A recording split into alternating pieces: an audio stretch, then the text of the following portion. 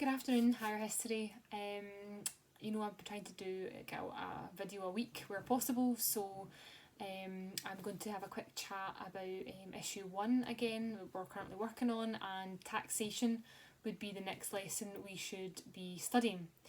I just want to recap again the issues that are in issue 1, or the factors that would be in issue 1, because I remember some of you had trouble finding my mind map.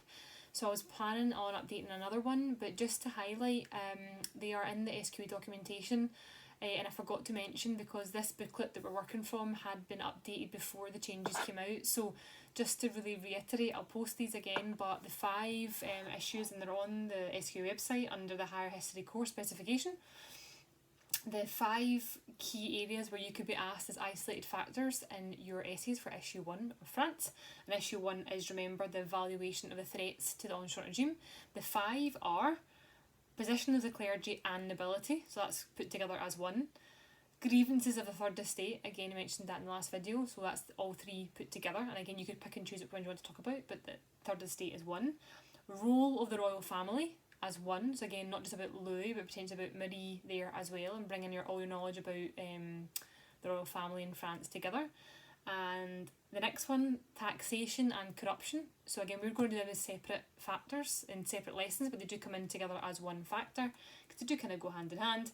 And the last one is financial issues. That is one that was brought in last year, so you'll see that actually on your booklet. I'm pretty sure that's not in the booklet, because we had updated this before that change got made.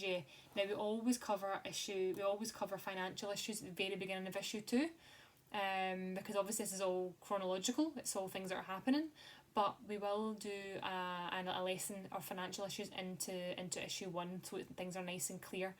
I've got a PowerPoint and stuff ready for that anyway, so just be aware of that we change. And if you can write those 5 top headings down again on your initial mind map, it'll keep things clear in your head that is the 5 issues you can get asked about in issue 1. So the next lesson we're going to do, and I told you before, we're breaking it down into individual lessons to make sure you're getting the content, because it's really important at a higher level, as you'll soon find out, to really know the content in a lot of detail. And it can be quite a lot, and it can be quite tiring, but it's really important. So the next lesson is about taxation. So you should have already completed, obviously you know a lot now about the royal family, you've learned about the clergy, the first estate, you've learned about the nobility, the second estate, and you've now learned about the grievances of the third estate, and that is the peasants, the urban workers and the bourgeoisie, and why each one of them might have or could have posed a threat to the onshore regime. That is your analysis, remember.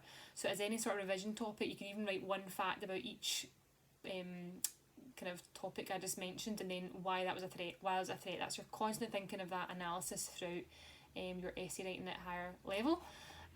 So that was what you've done so far, and now we're moving on to taxation. So why is taxation a threat? Well, taxation is to do with money, and this is where it kind of overlaps with financial issues, but it's not the same, because they've actually put taxation and corruption together, because I presume they believe, and I'm sure we will too, that taxation was corrupt, i.e. that taxation was not fair. Today, taxation is made in a way that those who have the most money would pay a slightly higher percentage, so that the government is able to make more money to bring back into society. And those who don't earn a lot of money then aren't expected to pay a lot of tax, because they can't afford that anyway. So even today in this country, there's like a tax-free allowance. I think it's gone up recently to £14,000. So if you make less than £14,000, then you're not expected to pay tax on that. So say some of you guys at 16, 17 have got a job and you're working an hour or 2 hours a week, you will not make £14,000 a year, and therefore you will not be expected to pay tax on that money. But once you do have a job like myself, it's full-time, and it's 35 hours a week, and you are earning more than 14,000, then anything above that 14,000 is taxed, and it's taxed kind of with a certain percentage. So the more you earn is like a cut off. So when you earn up until, so the teachers would earn about £40,000, and that is still about, I'm not 100% sure, is it like 20% tax, 25% tax maybe? So your wage goes straight to tax. Comes off your wage, you have no control over that, the government takes it and that goes back into our schools, etc. But if you earn over £50,000, I think, or £55,000, you go up to like 45,000, 45%, sorry, 45,000 pound tax, no way, 45% of anything you earn above that again goes to tax. So again, not of your whole lot, but for each section you get to, the tax increases. So that's how it works, okay? which is kind of more fair than saying, right, to my mum, say, who worked all her life, but she used to earn £12,000, I think. She was a home carer, and then she was a classroom assistant, and she didn't have to pay much tax because she didn't earn enough, and it would be silly to ask her to pay more tax when already she was struggling to be able to afford stuff. So that is, our society today is a little bit more fair. However, France is not like this. I've been talking for 5 minutes and I've not even got to the point yet. I'm really sorry, I better hurry up. So taxation in pre-revolution France, we've got a PowerPoint here for you, and you need to know about the taxation system. So that idea that I've talked about there, it's called inequitable, which means unfair. Not just unfair, like, oh, it's not fair for you, it's not fair for me, that's totally unfair. No, it's not equitable. So equitable means that equity is different from equality. Equity is now allowing us all to be in a kind of level playing field, which is more than equality. Sometimes equality is it's not straightforward. It's not about being equal. It's about being equitable. Everyone has the same opportunities, whatever, to succeed. So the tax system is inequitable. The fact that in France at this time it was the first and second estate, the richest, the most minted, with the most amount of land and power, they weren't paying any tax at all. Whereas the third estate, particularly those who were struggling the most and they're not making much at all, they were surrendering a lot of their money, I'm saying money, but it's not money, remember, it is produce as well, in tax. So that means it's unequitable, given that the peasants who don't have a lot, say a third estate, are giving up more than they could probably afford, whereas those who can afford it aren't paying anything at all to help towards the government.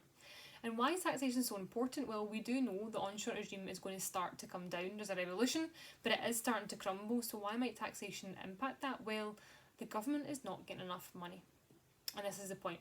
Okay, so and that's why financial issues will talk about that as well. But the government is not getting enough money, and actually what happens is they start to not be able to survive anymore because their money starts to run out. So how does taxation kind of contribute to that? I've given you a kind of a picture how it works. Of in terms of how much people pay today. So don't worry if that freaks you out, it's too confusing, ignore it. Go on to why the taxation system poses a threat. So it says it's unfair because obviously the poorest are footing the bill, which is not fair. Also though, on a practical level, the taxation system was corrupt, and this is why the taxation probably goes with corruption. You can talk about both. We'll talk about corruption, we'll talk about positions of power being bought and not being there because of merit, but also the tax system was completely inefficient. It was something called tax farming. So basically, it's a little bit complicated, but obviously didn't have computers like we have today that just wipe out the money from your bank account the minute it goes in. It was a case of companies would actually kind of compete to be the ones who would have the contract to be able to collect tax in a certain area, and they would say to the government, right, we will collect you this amount of tax, and they would compete, and the government would say, right, great, okay, you've said, I don't know, a million livre or whatever in tax, I'm going to go with you, you sound great. So then all that tax company has to do basically is say, right, there's the million livre I paid you.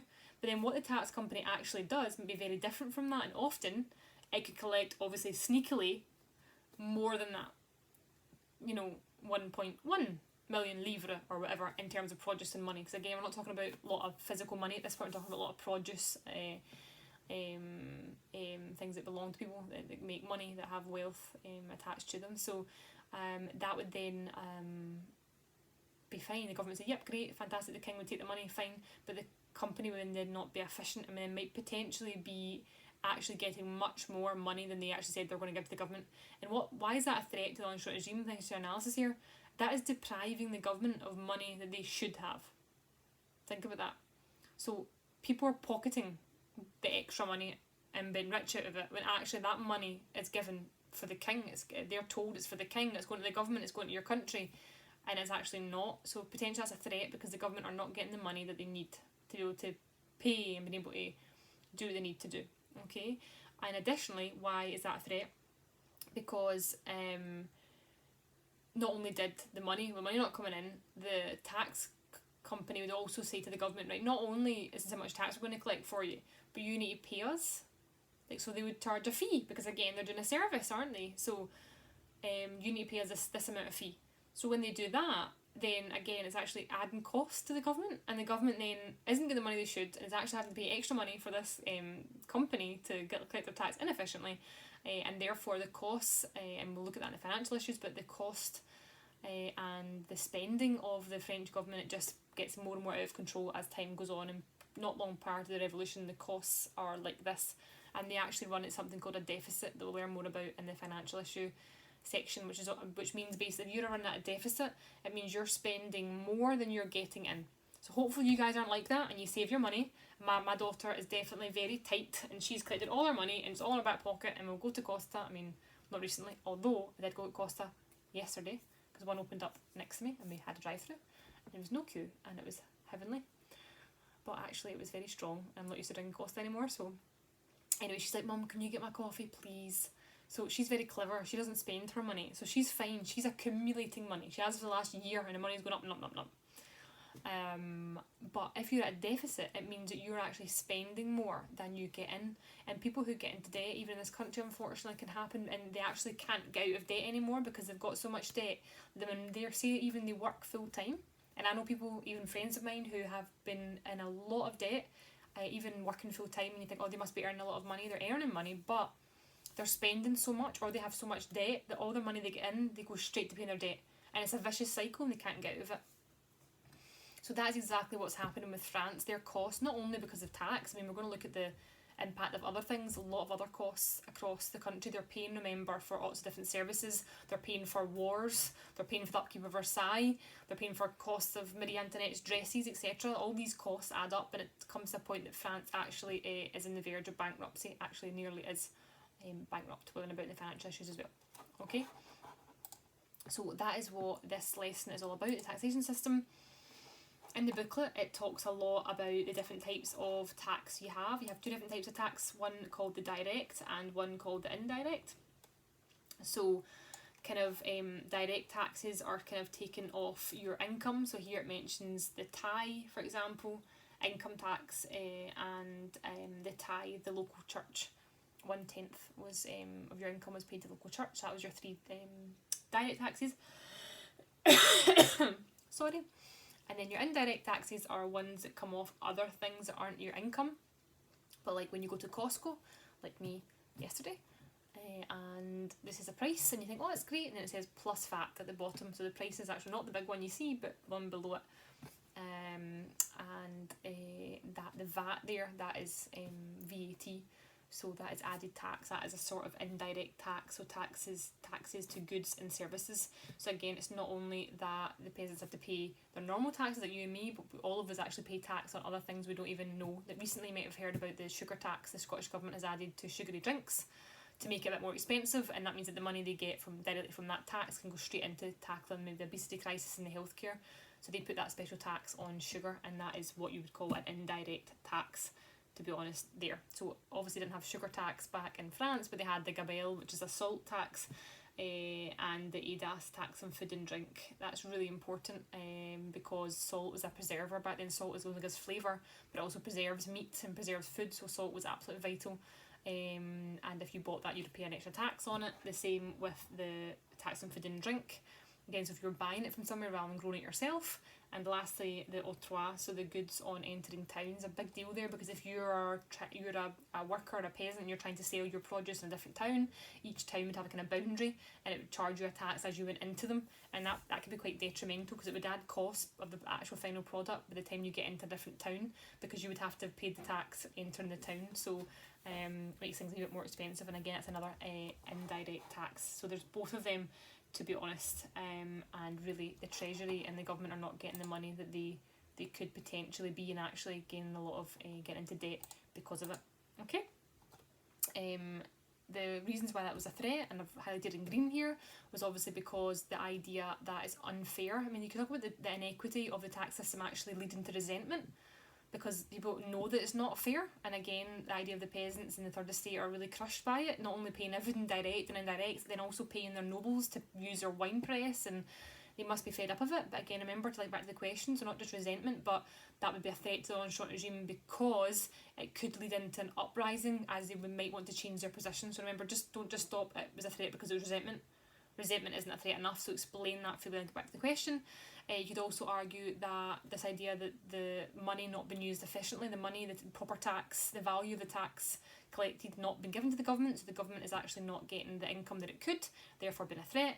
And the last one I've mentioned on the A side here, and remember to always write down your A and your A plus at the bottom of each lesson, because that's really important for your essay writing, essay planning and essay writing. the last one I've said here is the fact that the Minister of Finance, Calonne, actually said that France was on the verge of bankruptcy. So basically the onshore regime was about to collapse because they had no more money, and that's what happens. So things would have to change, and the tax system must have been contributing to that. That's my analysis points. My analysis plus points, you could argue that potentially it's only a third estate who have an issue with the tax system. The first and second estate don't, so it wouldn't cause that much of a threat because they were quite happy. And I suppose no matter what happened, they'd still be in a strong position given the what they own and the position that they're in. They're not in a precarious situation. They've got everything they need. So even if there was a threat in terms of third estate, they wouldn't be threatened by any taxation system. They're not paying for it. And also the idea that the taxation was unfair, yeah, but so was every other taxation system in the whole world basically at the time. So, and not every other country had the government collapse or had a revolution, so therefore you could argue that maybe the taxation system isn't enough in itself to be able to lead to the collapse of the onshore regime, and therefore the threat is minimal, to be honest. Okay, that's my kind of thoughts about taxation. I've talked 15 minutes, far too long already. This will take a couple of hours to upload this video, no doubt. Hopefully that's given you a wee overview of taxation, and I'll try and do another one or two over the next couple of lessons over the next week. So hopefully you're enjoying the course so far. Again, please don't worry if you are missing the deadlines. They're there for kind of guidance. Please get in contact if you're struggling, if you need any extra help and extra materials, but please make sure you do obviously catch up with the work that is posted, because that's how we keep an eye on your progress and how you're getting on. So hopefully you're enjoying the course so far, and have a good week, and I'll speak to you soon. Take care. Bye.